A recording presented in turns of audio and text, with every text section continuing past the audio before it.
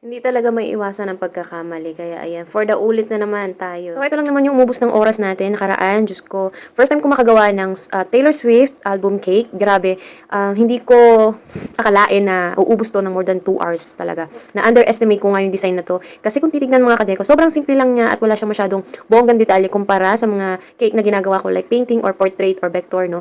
Pero grabe, first time kong maglaan ng more than 2 hours sa isang cake na soft icing tapos 6x3 pa yung size. Kaya grabe yung cake na to. Diyos ko, parang last ko na to. Charot.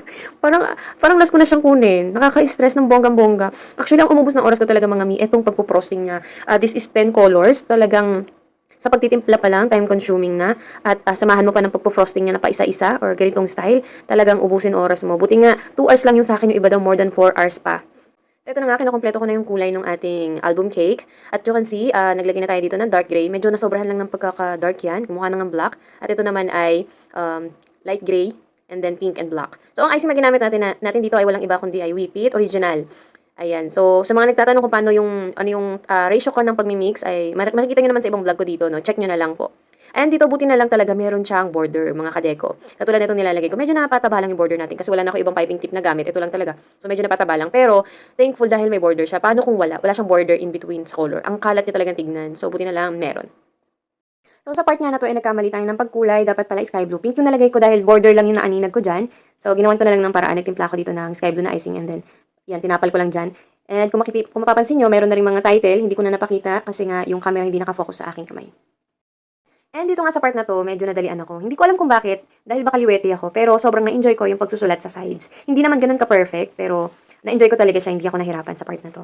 Pero yun nga, dahil nga sa dami nito, at talagang pipe kong pipe ang labanan, napagod din ang aking kamay. Talagang nakaramdam ako ng panginginig. Kapag ganito na yung aking pagsusulat, ibig sabihin mga kadeko, pagod na yung aking kamay. Kaya ang technique dito, it's either magpahinga ka, or bagalan mo lang yung pagsusulat. After ko nga matapos itong title na Fearless na to, kumain muna ako. Pinahinga ko talaga yung kamay ko kasi mahirap kapag nanginginig talaga.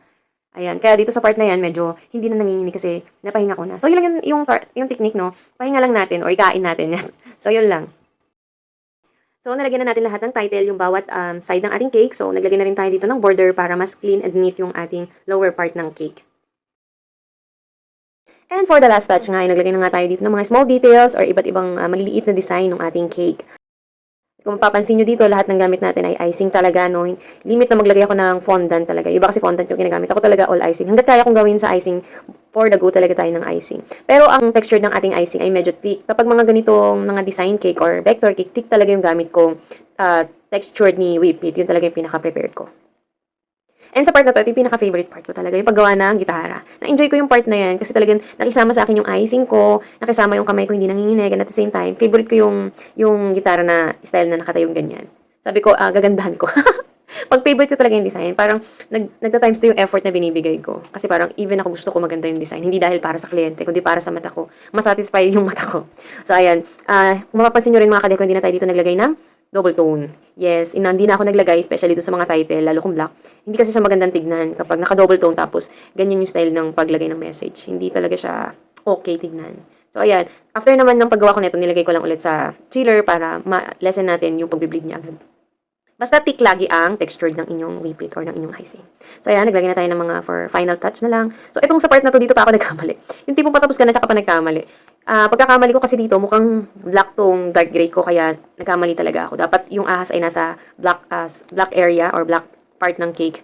Dito ko nalagay sa dark gray. Nasobrahan kasi yung pagkaka-black. Kaya buti na lang ay madaling ma-retouch ang cake natin.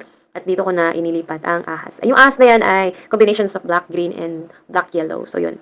At yan, for dalagay na lang tayo ng mga small details para matapos natin. Actually, sabi ko, sisimplified ko na lang talaga para matapos na, pero hindi ko talaga maiwasan. Pag gusto ko yung ginagawa ko, hanggat kaya kong pagandahin, papagandahin ko pa. So, ayun mga kadeko, sana na may natutunan kayo at sana nagustuhan niyo ating cake for today. Bye-bye!